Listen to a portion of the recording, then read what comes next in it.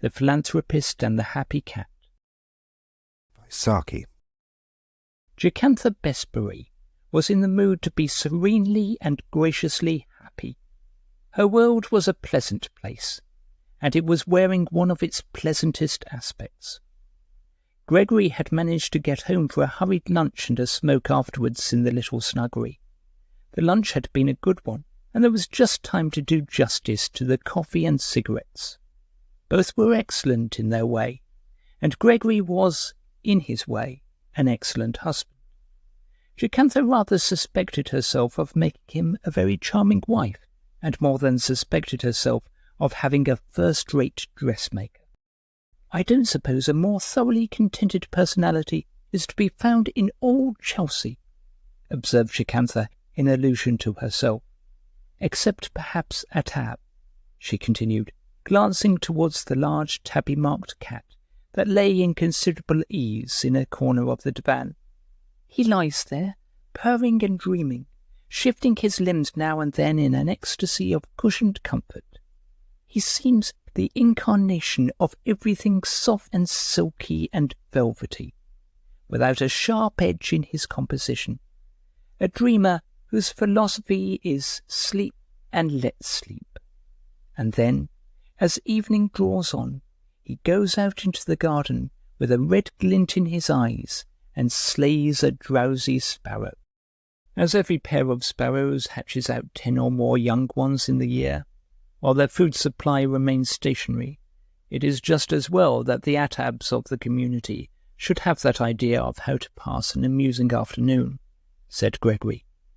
Having delivered himself of this sage comment, he lit another cigarette, bade Jocantha a playfully affectionate goodbye, and departed into the outer world. "Remember, dinner's a wee bit earlier tonight, as we're going to the Haymarket," she called after him. Left to herself, Jocantha continued the process of looking at her life with placid, introspective eyes. If she had not everything she wanted in this world, at least she was very well pleased with what she had got. She was very well pleased, for instance, with the snuggery, which contrived somehow to be cosy and dainty and expensive all at once. The porcelain was rare and beautiful. The Chinese enamels took on wonderful tints in the firelight. The rugs and hangings led the eye through sumptuous harmonies of colouring.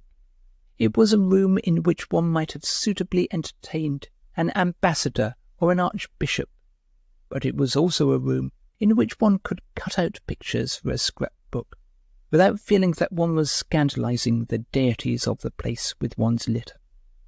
And as with the snuggery, so with the rest of the house, and as with the house, so with the other departments of Jocantha's life. She really had good reason for being one of the most contented women in Chelsea. From being in a mood of simmering satisfaction with her lot, she passed to the phase of being generously commiserating for those thousands around her whose lives and circumstances were dull, cheap, pleasureless and empty. Work-girls, shop assistants and so forth, the class that have neither the happy-go-lucky freedom of the poor nor the leisured freedom of the rich, came specially within the range of her sympathy. It was sad to think that there were young people who, after a long day's work, had to sit alone in chill, dreary bedrooms because they could not afford the price of a cup of coffee and a sandwich in a restaurant, still less a shilling for a theatre gallery. Jocantha's mind was still dwelling on this theme when she started forth on an afternoon campaign of desultory shopping. It would be rather a comforting thing, she told herself, if she could do something on the spur of the moment to bring a gleam of pleasure and interest into the life of even 1 or 2 wistful-hearted, empty-pocketed workers. It would add a good deal to her sense of enjoyment at the theatre that night. She would get 2 upper-circle tickets for a popular play, make her way into some cheap tea shop, and present the tickets to the first couple of interesting work-girls with whom she could casually drop into conversation. She could explain matters by saying that she was unable to use the tickets herself, and did not want them to be wasted, and, on the other hand, did not want the trouble of sending them back. On further reflection, She decided that it might be better to get only one ticket and give it to some lonely-looking girl sitting eating her frugal meal by herself. The girl might scrape acquaintance with her next-seat neighbour at the theatre and lay the foundations of a lasting friendship. With the fairy godmother impulse strong upon her, Jocantha marched into a ticket agency and selected with immense care an upper circle seat for The Yellow Peacock, a play that was attracting a considerable amount of discussion and criticism. Then she went forth in search of a tea shop and philanthropic adventure, at about the same time that Ahab sauntered into the garden with a mind attuned to sparrow stalking. In a corner of an ABC shop, she found an unoccupied table, whereat she promptly installed herself, impelled by the fact that at the next table was sitting a young girl, while the plainer feature, with tired, listless eyes and a general air of uncomplaining forlornness. Her dress was of poor material, but aimed at being in the fashion. Her hair was pretty, and her complexion bad. She was finishing a modest meal of tea and scone, and she was not very different in her way from thousands of other girls who were finishing, or beginning, or continuing their teas in London tea shops at that exact moment. The odds were enormously in favour of the supposition that she had never seen The Yellow Peacock. Obviously she supplied excellent material for Jocantha's first experiment in haphazard benefaction. Jocantha ordered some tea and a muffin, and then turned a friendly scrutiny on her neighbour, with a view to catching her eye. At that precise moment the girl's face lit up with sudden pleasure, her eyes sparkled, a flush came into her cheeks, and she looked almost pretty. A young man, whom she greeted with an affectionate "Hello, Bertie," came up to her table and took his seat in a chair facing her. Jocantha looked hard at the newcomer. He was in appearance a few years younger than herself, very much better looking than Gregory, rather better looking, in fact, than any of the young men of her set.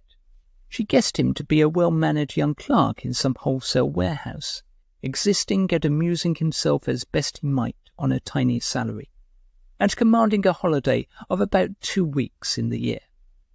He was aware, of course, of his good looks, but with the shy self-consciousness of the Anglo-Saxon, not the blatant complacency of the Latin or Semite.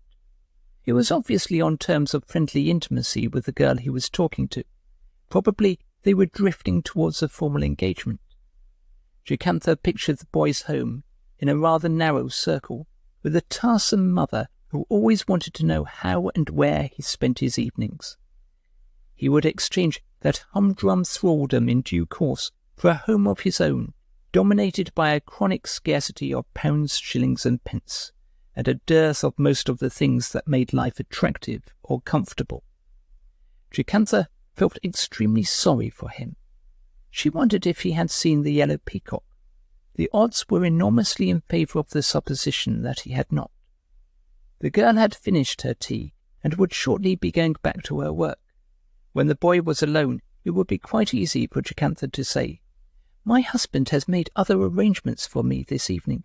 Would you care to make use of this ticket, which would otherwise be wasted?" Then she could come there again one afternoon for tea, and, if she saw him, ask him how he liked the play. If he was a nice boy, and improved on acquaintance, he could be given more theatre tickets, and perhaps asked to come one Sunday to tea at Chelsea. Jocantha made up her mind that he would improve on acquaintance, and that Gregory would like him, and that the fairy godmother business would prove far more entertaining than she had originally anticipated. The boy was distinctly presentable. He knew how to brush his hair, which was possibly an imitative faculty. He knew what colour of tie suited him, which might be intuition. He was exactly the type that Jocantha admired, which of course was accident. Altogether she was rather pleased when the girl looked at the clock and bade a friendly but hurried farewell to her companion.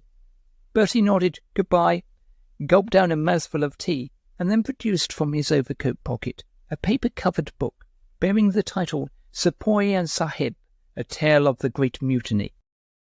The laws of tea-shop etiquette forbid that you should offer theatre tickets to a stranger without having first caught the stranger's eye. It is even better if you can ask to have a sugar basin passed to you, having previously concealed the fact that you have a large and well-filled sugar basin on your own table. This is not difficult to manage, as the printed menu is generally nearly as large as the table, and can be made to stand on end. Jocantha set to work hopefully. She had a long and rather high-pitched discussion with the waitress concerning alleged defects in an altogether blameless muffin. She made loud and plaintive inquiries about the tube service to some impossibly remote suburb. She talked with brilliant insincerity to the tea-shop kitten, and, as a last resort, she upset a milk jug and swore at it daintily. Altogether, she attracted a good deal of attention, but never for a moment did she attract the attention of the boy with the beautifully brushed hair, who was some thousands of miles away in the baking plains of Hindustan, amid deserted bungalows, seething bazaars, and riotous barrack squares, listening to the throbbing of tom-toms and the distant rattle of musketry. Jocantha went back to her house in Chelsea, which struck her for the first time as looking dull and over-furnished. She had a resentful conviction that Gregory would be uninteresting at dinner, and that the play would be stupid after dinner. On the whole, her frame of mind showed a marked divergence from the purring complacency of Attab, who was again curled up in his corner of the divan, with a great peace radiating from every curve of his body. But then he had killed his sparrow.